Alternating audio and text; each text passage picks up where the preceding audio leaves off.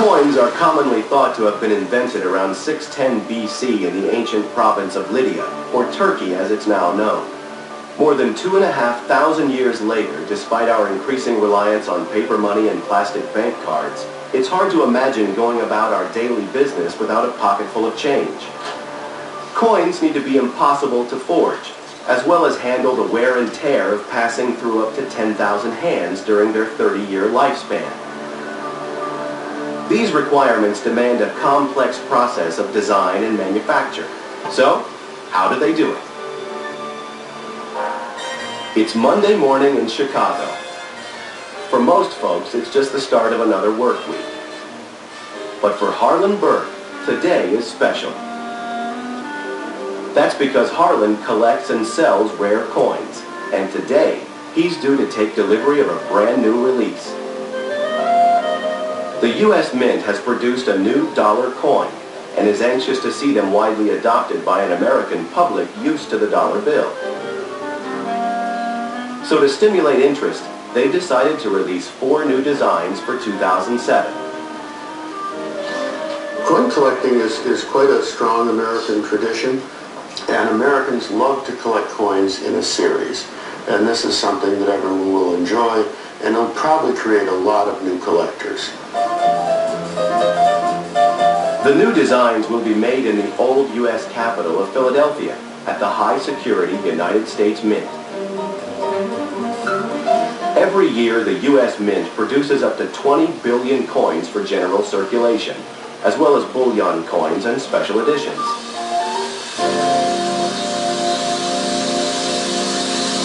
Every U.S. coin is designed by the U.S. Mint's team of artists. The subject matter is first approved by Congress. Back in December 2005, they decided to create a new series of $1 coins honoring former U.S. presidents, beginning with Washington, Adams, Jefferson, and Madison. On the reverse will be a likeness of the Statue of Liberty. The designer begins by studying portraits before working on their own interpretation. The portrait needs to be both a good likeness of the subject and designed to work well on the side of a coin.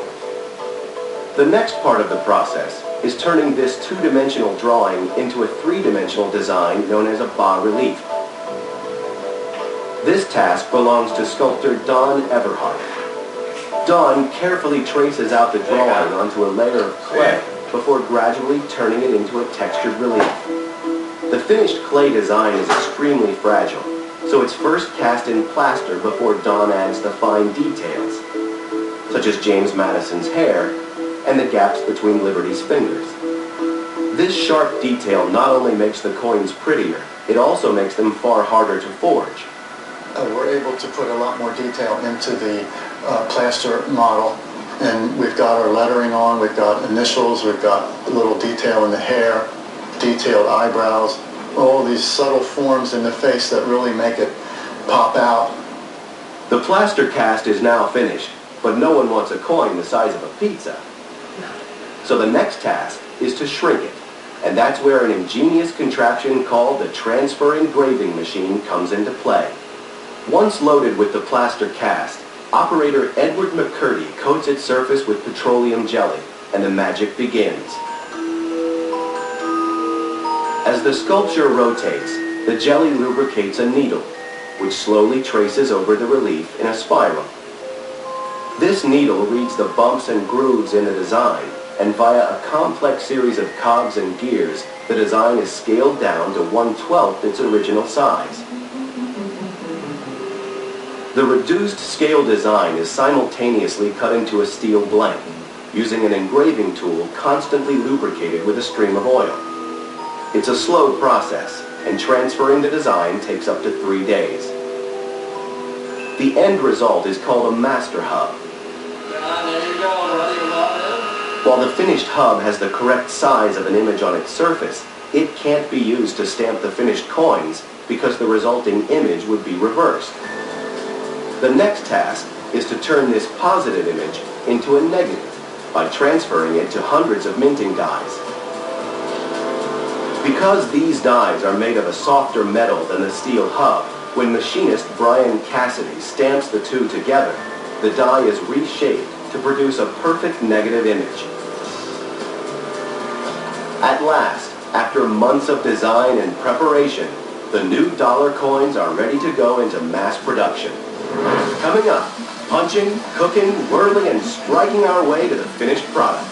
Next, on How Do They Do It? It's Friday. This is when we'll find out what gold we got. The crew begins a desperate search for the money to keep mining. Look at this. But what they find Supposed to be able to clean up this morning. Well, learn to shut your mouth. could tear the team apart forever. I can't see someone leaving my husband. It's not okay. Don't miss the all-new series Gold Rush. Continues this Friday at 10, only on Discovery. Out of all the places, this is the place that I'm worried about most. Why? Just the way they live, they're different. What, Chinese people? They make everything weird. Chicken, why is it orange in Chinatown? An Idiot Abroad, next Saturday at 10 on Science Channel. Every dollar coin begins as a roll of sheet metal, made from copper together with a bit of zinc, manganese, and nickel to prevent tarnishing. Nearly 1,500 feet long and weighing over 5,000 pounds, these huge coils are fed into a giant hole punch called a blanking press. This press stamps out perfectly uniform blanks, each one precisely the right weight, so that the coins will be recognized by vending machines and banks. The waste metal is collected for recycling. At this point, the blanks are too hard to be stamped with the coin design, so first they need to be softened. That's done by heating them to over 1,300 degrees Fahrenheit before feeding them into a quench tank to reduce their temperature. While the heating process softens the metal, unfortunately, it also tarnishes it. So from the quench tank, they're fed through a huge tube called a whirl-away. This feeds them into a giant washing machine which uses a mix of chemicals to restore their shine. In just 1 hour, 2 tons of blanks can be washed and dried before being fed to the upsetting machine. Although it might sound like a device for making people cry, in fact, the job of the upsetting machine is to add the all-important raised rim, which is needed to protect the coin surface. The resulting planchets are now ready to be struck in the minting room. Here, engineer Joseph Kalisa loads the master dies into a stamping press. This press uses sensors to detect any flawed planchets before feeding them to the dies. One die remains motionless, while the other strikes the planchet surface, leaving the coin design permanently embossed on each side. Each press can churn out 750 coins per minute, and Joseph inspects each batch for flaws. If any errors are revealed, the entire batch is destroyed. Once he's satisfied, he passes the coins on. There is still one last thing to add before the dollars can become legal tender: the U.S. motto. After a quick spin in the embossing machine, the immortal words, "In God We Trust," are added to the rim.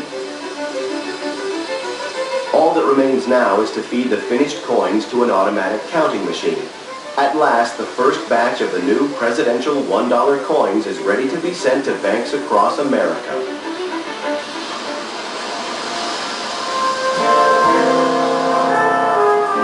Back in Chicago, rare coin collector Harlan finally gets his chance to inspect the finished coin. So what does his expert eye make of it? This coin is going to be very, very enthusiastically received. People are going to collect this coin, and the American public is really going to like it. It seems the new dollar coins are going to be a big hit with collectors, which means it might be worth grabbing a handful while each one still costs $1. Or you're likely to need some pretty deep pockets to buy them later.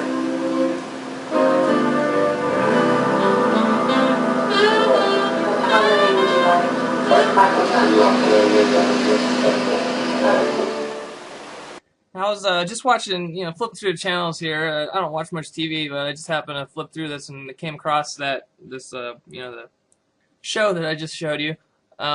There's a few things I just wanted to comment on. Well, first one is, it was like in the middle there. It was like, who wants a coin the size of a pizza? If it was made out of gold or silver, fuck yeah, I want a coin that's the size of a pizza.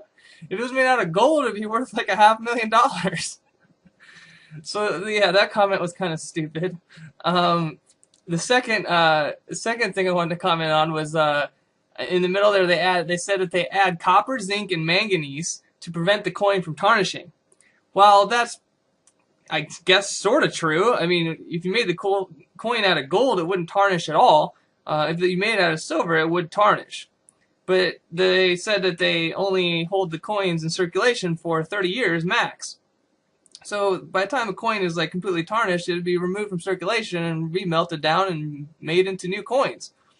But the real reason that it's made out of copper, zinc, and manganese is because the content of that coin is only worth 7 cents, yet they sell it to the public in at $1. So, I mean, if you look here, here's the coin that they were making in this episode, the 2007 presidential dollar, denomination $1. So you have to give up $1 of your money to buy this coin. But the coin is only worth 7.5 cents. So I don't understand the statements where Americans will be glad that they bought these. Not when I tell them that their coin's only worth 7 cents and they probably spent, $10 on one coin or something because it was some commemorative commercial special or something, ridiculous. But yeah, so there's your presidential dollar they're making. I think they were also making these ones in there. These ones are actually called a golden dollar, but they're made out of the exact same stuff. There's not even any gold in it. It's copper, zinc, manganese, and nickel, and it's also only worth 7.5 cents. Now, I just came across this. The Roman Empire. There was a leader. His name was Nero, and he ran a country into the ground. Basically, bankrupted the country, and became a public enemy. The public wanted to lynch him. He debased the currency. He basically drilled holes in the coins, and I don't know what he filled them up with, but they weren't silver. And the Senate at one point had declared Nero an official public enemy, and that it was in their intention to execute him by beating him to death. So he was actually going to flee, but the army officers wouldn't obey any of his commands. So he was going to commit suicide.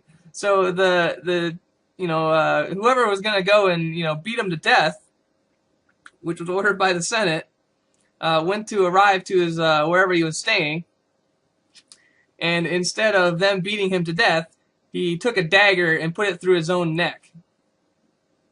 I thought that was interesting. So Science Channel, come on, get your story straight, really.